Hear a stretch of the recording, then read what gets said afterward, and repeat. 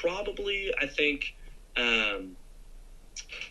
it might be just, I think, the support of, or maybe not support, maybe just, okay, I think it's twofold. I think the lack of knowledge just in general of how concussions work, how to treat them, I think was a little infuriating to begin with. I think there was a lot of, I think my family and I, so up until the last 3 that I've had, we'd only been to the hospital once. I mean, that was when I was really young, and there was really no knowledge of concussions at that point. It was basically, once he feels good, he's good.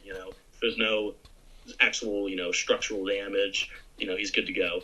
And so I think we kind of approached these later ones with, well, something's wrong. Like I think before it was, oh, we've gone through concussions before.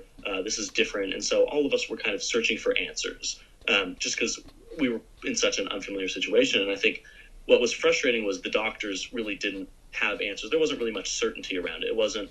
I think the lack of answer to the question of, is he going to get better, and then also, well, if he is going to get better, how are we going to do that? I mean, there's just tons of uncertainty, and so kind of it felt like it was the blind leading the blind at that point.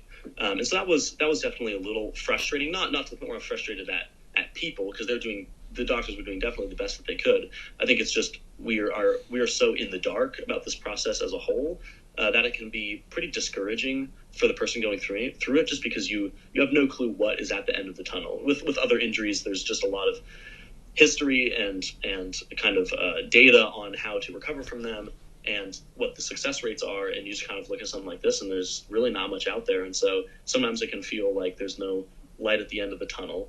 And I think that's just kind of compounded by the fact that there's just little knowledge for the general public too in terms of concussions. I think what's hard about it is with someone who, say, breaks their leg, you see, or I don't know, breaks their ankle or something, you see them wearing a cast, you see them walking in a boot, you see them using crutches, and so there's this visible sign that the person is injured. Whereas someone with a concussion, I mean, they for the most part look normal, and so a lot of my friends, I had a few friends kind of visit me during the time I was taken off from school to go to the various therapies, and a lot of them were saying, well, you look fine, like you look normal, there's nothing broken about you. And I think that's also discouraging because it's hard to then articulate a lot of the time what you're feeling to those people, and there's no visible signs, so they can't see it, and so it's just kind of a barrier between you and those around you, whether it's friends or family, that